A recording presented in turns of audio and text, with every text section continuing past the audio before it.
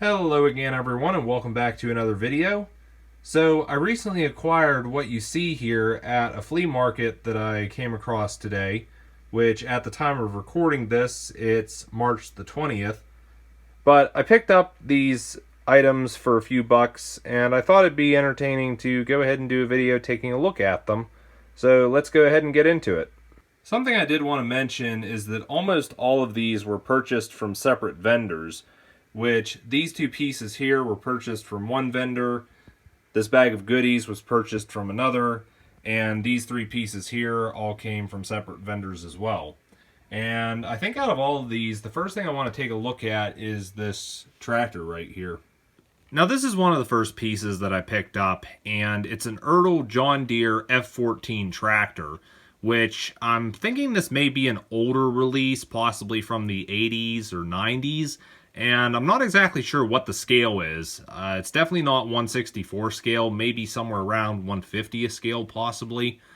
But originally I wasn't going to get this just because, you know, it's not 1/64 scale. But I just thought it was interesting, and only costing $1, I figured go ahead and pick it up at that price. But you can see here the information is in the casting right here on the tractor. And I gotta say, I do like the attention to detail. Most of this is die-cast. You've got quite a bit of detail in the engine area. Possibly those are exhaust manifolds, wires, maybe fuel lines, possibly. But also like the attention to detail with the steel wheels. And I also like we got the John Deere decals on the axle housings right here. And I believe on the real tractors, those would have actually been cast into the axle housings on the back. But we've also got the steering post up front, and of course the steering wheel and the seat right there. And I'm thinking really the steering wheel is the only plastic in this piece. Just a really nice looking tractor in my opinion. And, you know, again, it was not really something I needed, but I guess at the end of the day, it was kind of just an impulse buy, which, you know, I definitely don't regret getting. From that same vendor, I also got this die-cast pickup truck, which I'm not exactly sure who makes this because there's no information on the bottom except for made in Hong Kong. And another thing I want to note is there's quite a bit of die-cast in this because it's quite heavy. Other than the frame and the wood bed here, there's really no other plastic, and I guess the windshield. Okay, maybe the wheels, the bumper. Okay, yeah, there is quite a bit of plastic in this, I guess, but definitely the die-cast body has quite a bit of weight to it. And, you know, I'm not exactly sure why I picked this up, mainly just thought it was interesting, and considering I was already getting that tractor from the guy, figured, you know, buy something else. But a nice little detailed piece, I guess. Not really much else I can say about this, although I am curious what the make and model of this truck is, and if anyone knows, maybe you could tell me who the manufacturer is. So this dump truck came from another vendor, and while it wasn't one that I really needed, I figured at 50 cents, where could you go wrong?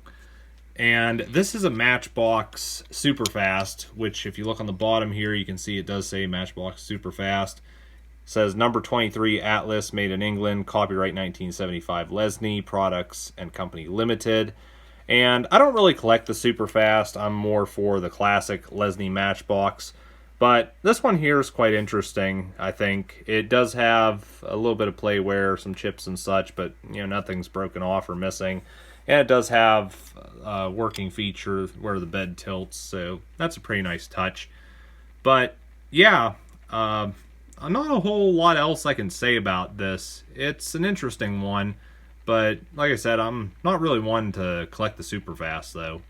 This is possibly my favorite out of all the pieces I'm going to show, and if you haven't noticed by now, it's the ATeam van.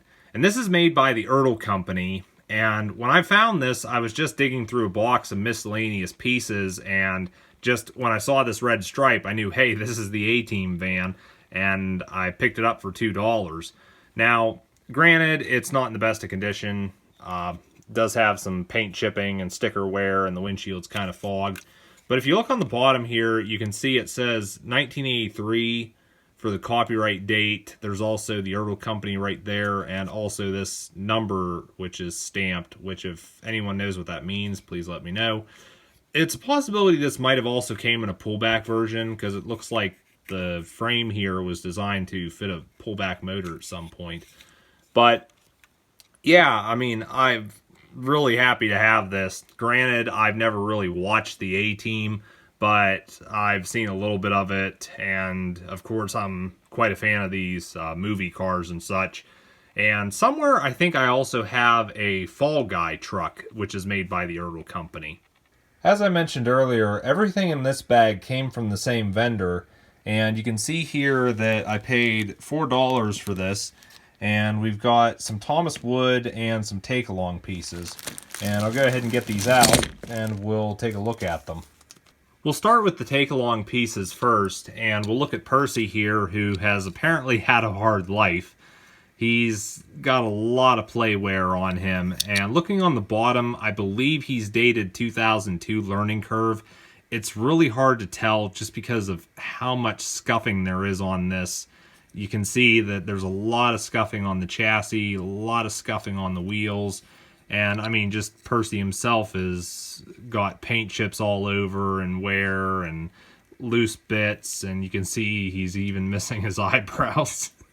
That's kind of comical. But I gotta say, I do like this little take-along here. Kind of like one that's in better condition, though. But, you know, I don't think this was too bad picking this up with the other pieces for $4. Possibly pay more than that on eBay. But also, Spencer's tenders here. Sadly, Spencer is missing in action. I think this is dated 2002 as well. The tender looks really good. Just a shame don't have a Spencer to go with it. Yes, Thomas Wood. Another infamous case of Mattel's "it's not broke, but let's fix it anyways." And I have to say, there's a few concerning things I'm noticing with this Thomas. The first being that I purchased it secondhand at a flea market, which, considering how recent Thomas Wood is or was, the fact that people are already getting rid of this probably proves even further just how unpopular this new design was. But another thing I'm noticing with this Thomas is look how much wear is on this, and I'm honestly gonna say this probably saw more wear in that bag than it did through play, which again only further proves a point. Now, I will say the painted version of Thomas Wood is an improvement compared to what came before, but it's still not what it was years prior to this.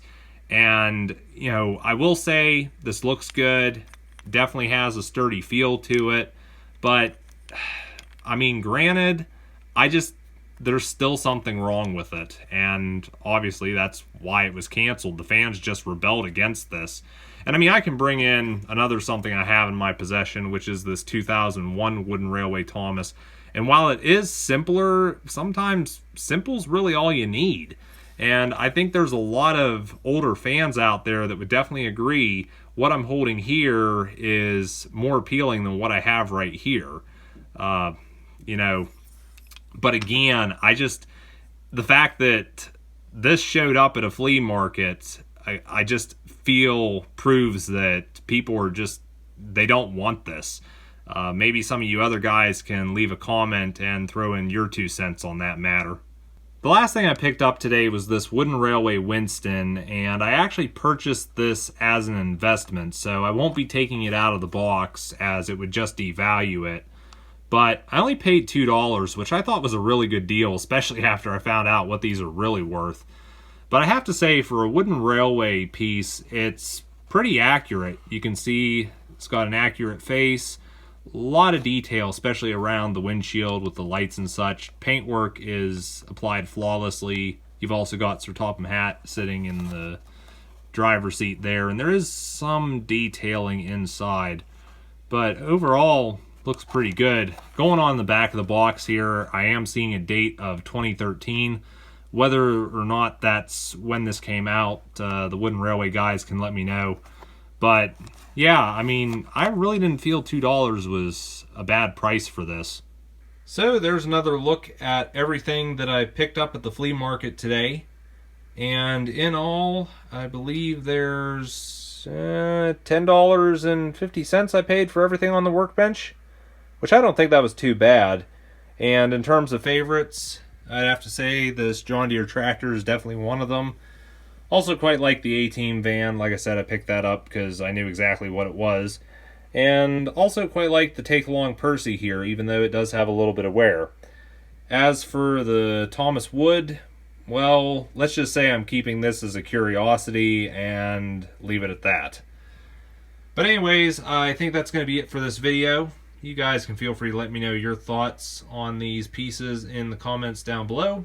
Also feel free to check out my other pages, links in the description, and I will see you guys in the next video.